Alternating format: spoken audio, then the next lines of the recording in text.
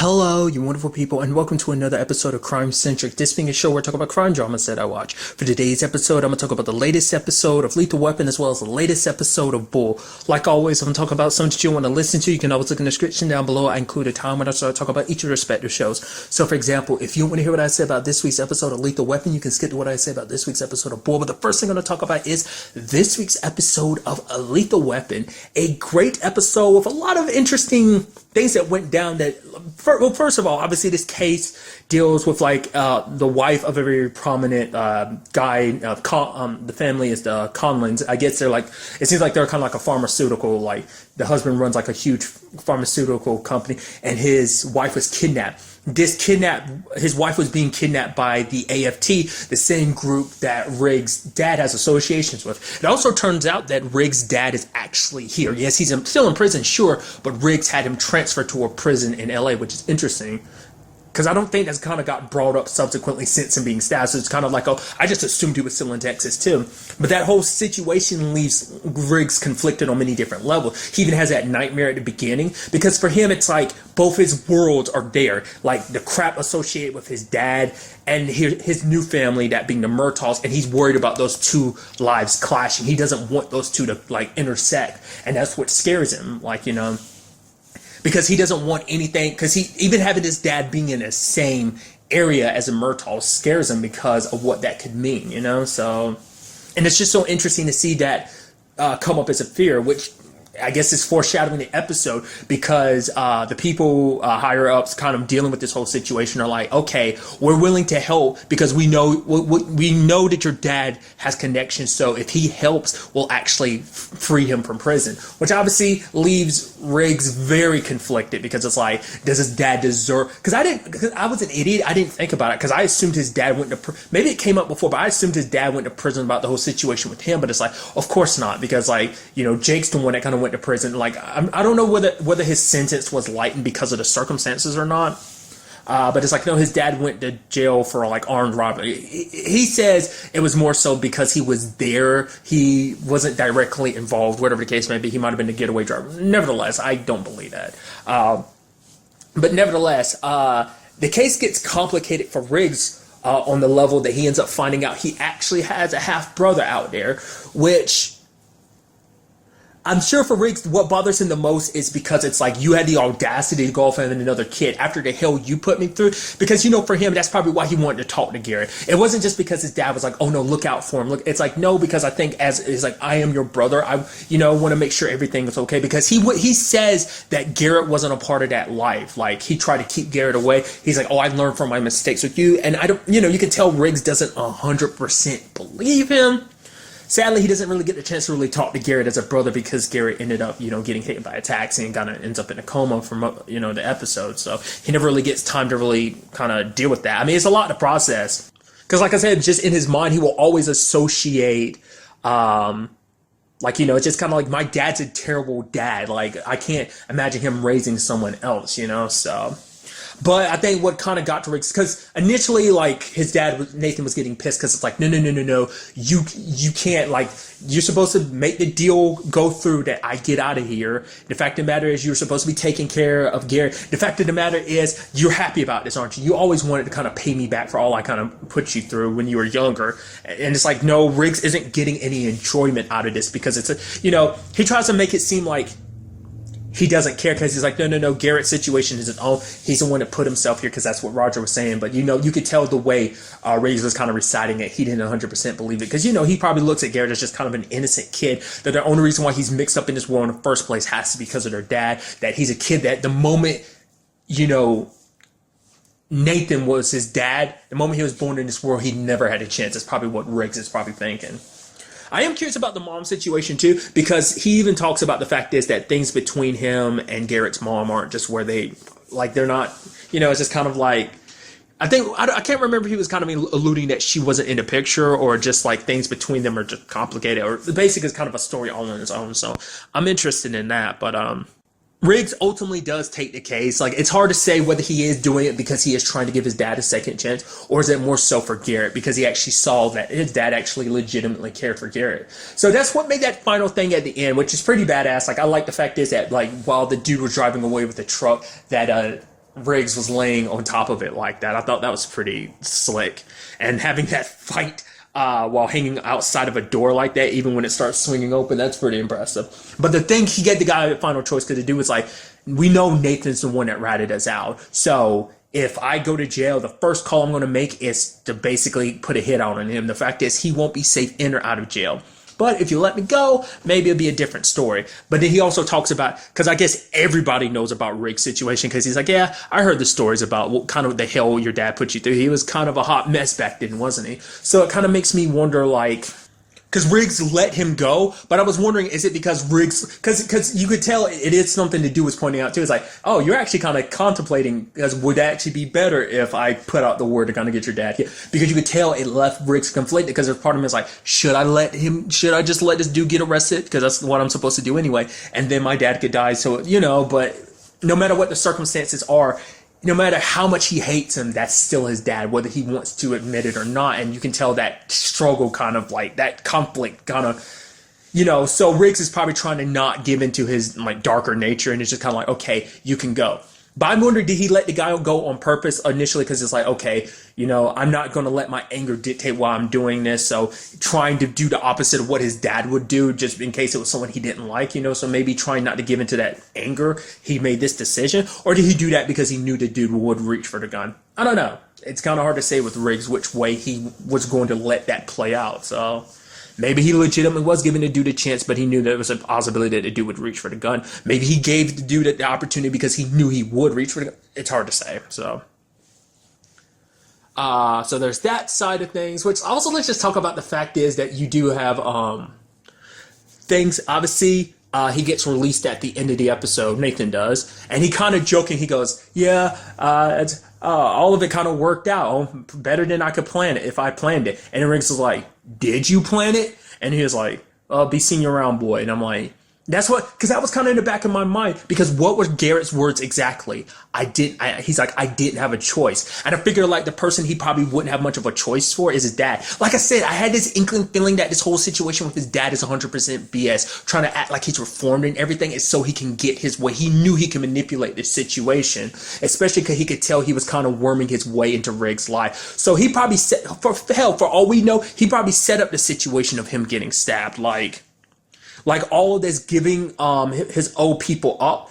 I don't know. Maybe it's him cutting ties with them. Maybe he's not doing this on behalf of like, oh, he's still running things. He's a big contributor part of the AFT. Maybe it's just he was manipulating Riggs as a father. Maybe not just as a member of the AFT. Maybe it's just a situation of like, well, my son is gonna like, I can tell I'm kind of getting inside of his head. He's being conflicted. Hey, he ends up letting me, like, it might be that. Or it could legitimately be the criminal side of things to be fair, one side of it, even aside from the AFT thing, he is still a criminal nevertheless. So, but he could also be doing it from that position of being like, oh, like I'm still with the idea of it. Like, yeah, me like ratting them out was all kind of a calculated plan. Maybe that's the whole situation with this plan too. I don't know. Like I said, like even from the beginning, like I don't believe his dad has changed. I have my doubts, and obviously Riggs does. But Cahill had said something in the episode. It's like maybe family can surprise you, and it's like the way he's looking after Garrett like that. It's like it does seem like he does care, but it's hard to say whether it's for the right reasons he cares, because maybe Garrett's just kind of, being forced in this situation too, He's just kind of couldn't escape it because it's just like who his dad is. And it's like his dad has a far reach that, Riggs was able to get away, but maybe Garrett wasn't as fortunate. Because we still haven't come up to like the whole like, oh yeah, this guy is supposed to be looking up. Well, I'm sure. Well, I guess it was because I don't remember them expressly saying who was the guy that was supposed to be looking after him. I guess it's the guy at the one of the guys that he was working with in this episode with this whole kidnapping scheme. Maybe that's what that was. So. But that's Riggs' side of things. We also have Roger's side of things, where while Avery's away, he's kind of intermittent. Is that it? Basically, he's captain for a little while. But because he isn't the full-on captain, he doesn't have all the full power, which is interesting because he does have the ability to requisition a lot of stuff. Even he's pointing out like, yeah, there's all these different things that we've never seen Avery actually take advantage of. So, but we do see that a lot of that crap pops up in his office at the end, which is kind of pretty neat. I also appreciate the fact is that when it was all said and done, they ended up getting kicked off the case. And it's like, well, to be fair, it's like, will that really stop them no matter, even if you gave the orders? Because it's like, they get kicked off of cases all the time and they still manage to get back on. Even that was something Roger was talking about. He's like, well, Coach Riggs was like, oh, we could just let it go. He's like, so what? We got kicked off the case. We always get kicked off the case. We always tend to do it. And you kind of have Riggs kind of looking like, oh, well, we kind of do, don't we? It's just kind of like, yeah, no matter what anyone says, they kind of have, it's weird. Go ahead, actually think about it. When Roger, things come down to it, Roger kind of has a problem with following authority too. It's just, I don't know, maybe kind of Riggs has rubbed off a little off on him, because like there are a lot of times he kind of goes along with just, hey, let's handle the case. It's our case, no matter what the situation may be. We'll step in and finish things. So, but I love the whole like bus situation, causing so much damage. I'm surprised that didn't screw him over in entirety, like causing that, messing up that bus, all the like cars he crashed into, all those poor people in the truck like screaming like, oh my god, I did love that obviously one of the bad guys, his name was Sean, was on the bus too. Like, I was like, oh, isn't that? I was like, huh. And even he was probably a little freaked out being under those circumstances. Also completely forgetting about the fact is lovable Leo popped up again. I was like, what? Damn it, Leo, you're all over the place this season. I love it. Like I said, he's probably just going to become like a recurring character like a lot more in the future. Like I said, this is like what, his fourth time popping up this season? It's fourth, maybe fifth time popping up this season. He was literally in last week's episode. Last week's episode was a huge chunk about him. But basically, there's people filing a civil lawsuit against Riggs and Murtaugh just because of all the stuff that they've done, like all people that have gotten injured over the antics that they've done over the time that they've been partners. I love that they even talking to Monty, the dude, they end up requisitioning a lot of stuff from. It's like, oh, what was it, grenade launcher and stuff like that. And also showed you just how low Leo can be sometimes. Got me, I'm just skip right to it, but when they were saving Lisa, he's like, oh, Lisa, you're such a good victim. Oh, you're such a good victim. She's looking at him like, what the hell are you what the hell is this guy talking about? And he's like, oh, don't worry, I can get you like continental like service here, you know, like, oh, get you stayed here a few nights. It's like, Leo, the lady was just kidnapped. She was just saved and everything. Even bothering her husband, like following him around. I mean, luckily that ended up playing a role in the case and everything and kind of ended up helping out, but still, like, I mean, it's just kind of Leo's thing. I also love him being like, let's not use the word harassment, because, you know, usually harassment now is kind of all about, you know, touchy. It's like, no, harassment is beyond just, you know, touching Leo. But I love that because you're in your little world. You're like, no, harassment is just that, and we don't want harassment associated with me, because that would kind of just be, because everyone would jump to like all the touching. It's like, no, like people would just kind of think of you kind of that slimy lawyer dude that just kind of worms his way into people's trying to do whatever he can, take advantage of every situation. I do appreciate him showing up, trying to be supportive of Roger. Like, oh my God, Roger. Oh, look at Captain. It's like, yeah, this dude right here standing beside me, Leo, just had his wife kidnapped. Oh, and there stands Leo with like a basket and some balloons and stuff like that. And it's like, oh, okay. You just have terrible timing, Leo. But what I really loved was the fact is that sick moment where like Roger's coming in with a freaking LAPD Ferrari, which that was sick. Did that sweet spin, like when he was trying to like kind of drift spinning, and it hits the cart. It knocks one dude down. Bailey's got the gun, shoots one dude. It keeps spinning. Roger shoots out. I was like, yo, that was sick. That was pretty damn awesome. But despite it all, and I love that lady at the end, she was talking to, she's like, okay, I guess the group has decided that you can become captain. And he's like, are you listening? And she goes, are you listening? And looks and realizes she's been talking to like a Murtaugh like mannequin the entire time. It's like, how did you not realize that? That's crazy. But because it seems like Avery is running for office, and this whole thing was about finding a replacement for him, and now Roger's in the running. He hasn't decided to take it yet, because obviously he's got to talk to everybody about it. But I'm sure, you know, Trish will really appreciate it, because it means he won't be going out into the field as much. But, you know, obviously even Roger kind of, you know, got tired of the office because, well, for one, it's all the stuff he requisitioned that was kind of, they had nowhere else to put it but inside of his office. So there's that. But I think also just kind of being in the meat of everything, kind of in the investigation and stuff like that, kind of, I'm sure that's going to be something he'll miss too, potentially, but this is kind of something he's been aiming for and wanting. So ultimately, it's going to be interesting to see ultimately what Roger decides to finally do with all of that. And like I said, it's also going to be interesting. I mean, what would that mean going forward for him and Riggs? You know, it's like, yeah, like, will Roger ultimately take the job? We'll kind of have to wait and see. And what will Riggs' reaction be? Will he be all for it? I'd assume he'd be all for it and stuff like that, because, hey, congratulations. That would also mean that Riggs would probably most likely get a new partner. I mean, who would that be?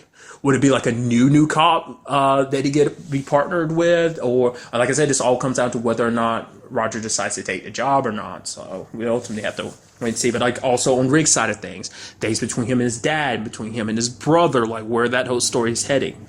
I'm excited to find out because next week's episode is the season finale, and I made sure not to look at a single thing, so I have no idea what's going to go down, but I'd assume it'd have something to do with his dad. So I feel like that would be the perfect conclusion to this season, is kind of like settling things with his dad once and for all, because that's what this season's all kind of been building up to. And now that his dad's free, like I said, what his dad does with that freedom, ultimately gonna have to wait and see what happens. I'm super excited to see what happens.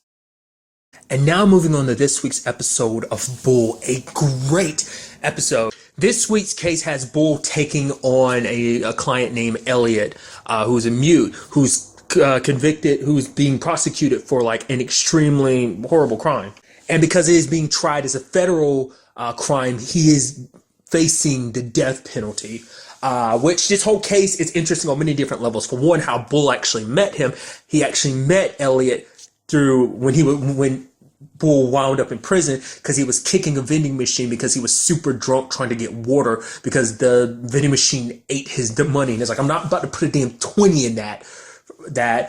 So it's kind of, I mean, it's so much kind of went down in this episode I thought was kind of pretty neat.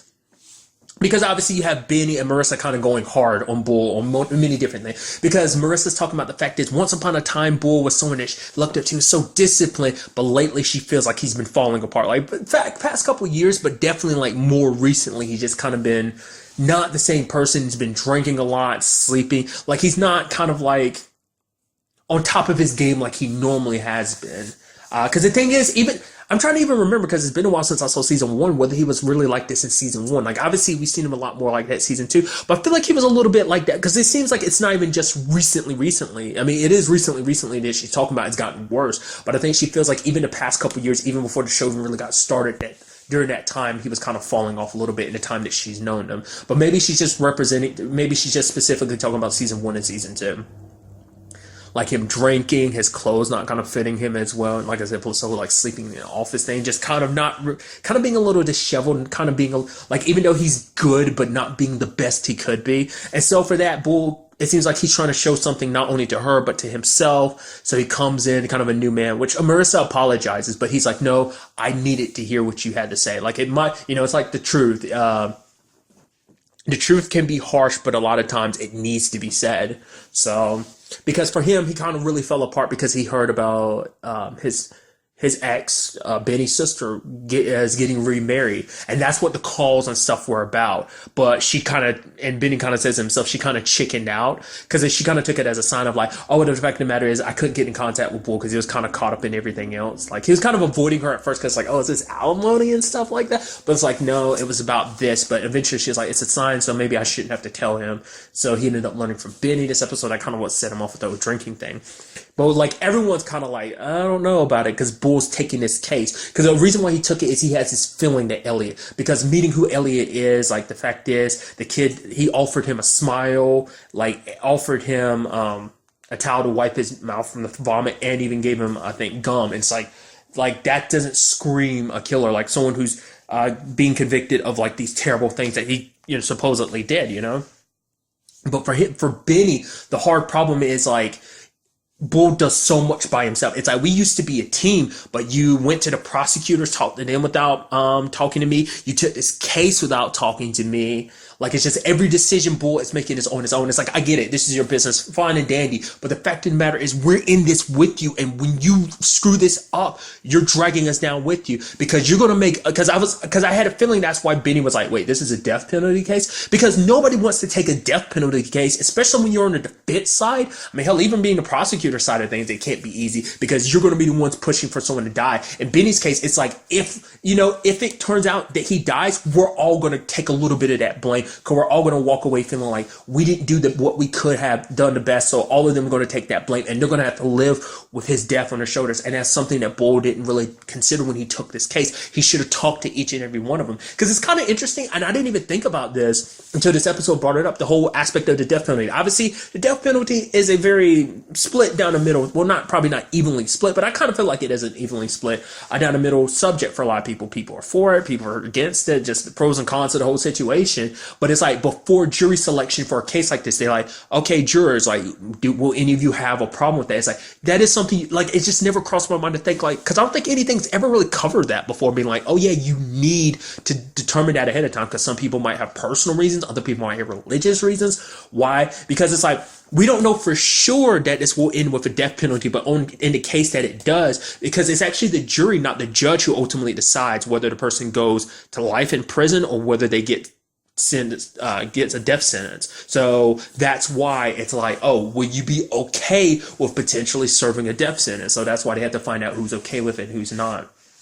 So like I said, it's just a powerful episode with all that going on, while Bull is also dealing with his whole situation. Because it seems like the biggest thing that hit him with this whole Izzy situation is like, well, for him, it's like, he wished he had like fought for them, worked for them, try to make things kind of work between them. But it's like, he kind of regrets that things ended the way they are. But ultimately, he says he's happy for them. He's happy for her, but kind of sad for him, because it's like, he didn't fight for her like he could have. And it's just like any situation, once that person kind of slips away, like, it's not because they went through their situation, obviously the whole baby situation, but he didn't, I guess, in Bull's mind, he feels like he didn't fight enough to be like, no, win her back, kind of be even more there for her during those circumstances, so.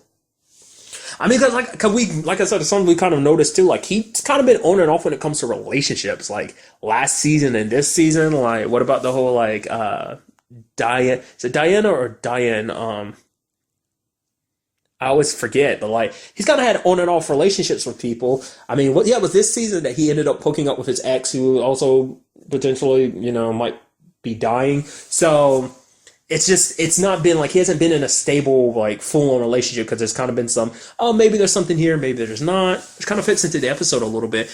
Man, does his girlfriend kind of suck, because it's like, well, it's not, because it's like, oh, like,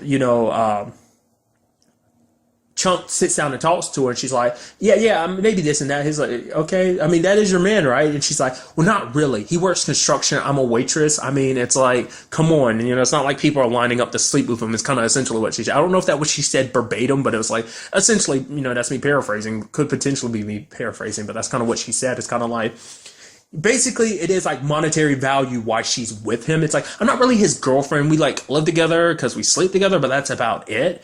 And it's so sad, because it seems like you're so like disconnected to him. It's like, for her, like, because the biggest thing she's walking away from this film is like, my life sucks now because people know we shack up and everything. Like, I'm getting all the hate because of all of this. It's like, it's not fair. Like, it's ruining my life. It's like, so that also shows you her mindset of like, yeah, I wasn't really into this, but it's like, I'm into it for my own reasons, money reasons. But like, now that like stuff is coming my way, people writing bad words on me, like giving me kind of like stares like I'm the problem and stuff like that now she wants to kind of keep her distance from him, but it's just so, it sucks. She's kind of like, so when do I come in for this thing or whatever? It's like, you don't even, like, could you even pretend like you care? Like, cause the entire situation, you made it about you instead about him. It's like, holy, that sucks. No, because it's like, we've seen plenty of significant others kind of stand by their SOs during kind of similar not this exact situation, but similar situations, even when it comes to like the cases that, Bull and Tact have, taken on over the course of the series so far. But it's just like, wow. Then it turns out that the prosecuting attorney actually bribed her by being like, yeah, if you actually tell the jury that he got home at this exact time, 9:15, which she originally said 8:15. But it's like, if you take that, like, if you say 9:15, we can get you some protection. And she even admitted it, and it's like, wow. It's like, because you get this inkling, which, interesting enough, I can't remember that. I don't know the actor's name, but the one who's playing the prosecutor, I know him as Deacon from King of Queens. That's the thing I best know him from. I know he also popped up in Leftovers. I don't remember if it was the entire series. I think it might have just only been the first season he popped up in. Might have been later parts. That's a series I have to get back to. But nevertheless, that's kind of the role I know him from the most. So, but it just seems like he is going out of his way. So part of me wonders, did he set this whole thing up? Because Elliot is saying that he got the car legally, based. Well, not like it wasn't paperwork and stuff like that, but the car was brought to him and it was sold to him by a dude with a limp and everything. So part of me wonders, especially because the prosecutor is going after him so hard. I kind of feel like, especially because it seemed like the prosecutor went out of his way to get put on his case, because it was like, oh yeah, this guy was a federal person. Wasn't he like a mail delivery guy or something like? I mean, mailman. Isn't that what it? Like he was a post office worker, which is like, I don't know. Like, I mean, yeah, his crime needs to be solved and everything, but it's just like, it's interesting that it's like you were waiting for this as an opportunity to, like, I don't know. Maybe it's to set some precedent. Maybe it's to make himself look better, because it's like, oh yeah, I took down this vicious criminal. Or like, part of me wonders, it's like, is he not the one who committed it himself, and he's just framing Elliot for it? But a big theme that came up in this episode too. I almost forgot about the witness they brought up first. It's like, yeah, she identified Elliot, but she didn't identify him until like because like Elliot was arrested like 3 days later, but it's like she didn't identify him to the cops until like a week after the crime, so like 3 or 4 days later. So it's like, so you were asked to like point out the person you saw, but it's like, how can you be sure that you saw them? Because like, who's to say that your thoughts weren't just influenced by everything, the media, the computer, everywhere you go, everything is saying that Elliot did it, much like, you know, his girlfriend Lily kind of suffering the ramifications of like everyone saying that he did it, you know, which is kind of I didn't even talk about it, but basically you treating it like that almost makes it seem like you think he did it as well. There's no point that she go like, yeah, I don't think he did it. Like, oh, he's too kind of a person. It's like, no, once again, she kind of didn't care enough about him for that to be a thing. But nevertheless, that was just kind of interesting to me. But also a big part of this case too is the fact is, and I like it that, Elliot keeps signing, "You are not alone." It's not like he's not saying for Bull saying that to him. He's actually saying it to Bull because he can see what Bull's doing, and he appreciates everything that Bull and Benny and the entire team is doing for him. But he sees kind of the loneliness that Bull like is trying to fill some void inside of him, and it's something even Izzy touches on. She's like, "You don't do well alone," just like, you know. And it's like, even with people surrounding him, I think even Bull kind of still keeps himself very isolated. I feel like he's got this team and they're kind of like a family, but I feel like he still keeps his distance from everybody. He keeps himself isolated because I think maybe on some level Bull's scared to get close to people. Like, it's just, you know, everything he's ever been through, all of his life has led him to where he is now. And it's just kind of like, it makes it hard to get close to people just because he is the way he is, always in his own head. Maybe on some level, you know, because for Bull, it's easier to look at other people and point things out and stuff like that. But it's a lot harder to kind of turn it inwards. You know, it's like, oh, this is stuff I need to hear and this is stuff I need to do. But it's kind of hard to do because things just aren't swinging in the right direction. He's kind of off kilter, you know? And he even kind of apologizes at the end of the episode because he has to take a drink, which I'll admit to you, that to be continued screwed me up because I wasn't even paying attention to the clock. I was like, oh man, this is crazy. I was like, to be continued. Oh wow, the episode's over, because I was so focused on the episode I wasn't paying attention. Because it doesn't come up at all, does it? No, like this is the first time it's ever had like a conclusion like that where it had to be like, oh, to be continued. So this is a pretty big case and I'm interested in seeing how this all like, you know, plays out. I also see where Bull is going to be at the end of this. Will he be better off? Will he be kind of more of a mess? Like, where do things stand for him and Dak and everything and the team when it's all said and done? Will he find like a happy medium? Because it kind of reminds me, it's kind of like Nate from Leverage. If you've ever seen the show Leverage, it's kind of like that. Nate had his issues like in the first season, kind of cleaned up, but that still kind of turned into some issues later on because of that whole mentality he had then. But then eventually it seems like he found kind of like a happy medium potentially. Like when I think of Nate from Leverage, I kind of think of, you know, Bull too. Just kind of, it seems like they're kind of, obviously their circumstances are a little different. Well, actually, kind of very similar when you actually break it down. Their backstories actually a little to certain degrees, but it's like, huh? Like, when I think of now that I'm sitting here and thinking about that, yeah, like, so maybe Bull will kind of find a happy medium going forward. I don't know. I'm very interested because I feel like we haven't really gotten a outright, like I said, beside the prosecutor, like I'm leaning my money into thinking it's that person, but I mean, maybe it's someone else entirely, but that's where my mind is on this right now. But I'm so interested to see where this all takes us in the next episode, because I'm pretty sure next week's episode is the season finale, which this is going to be a crazy case to end off the season with, but I'm so interested to find out like how everything plays out in all of this. But really, that's all I want to talk about in this episode. To the next time we meet, be happy, be safe, live life to the fullest, and enjoy it. Good day and goodbye.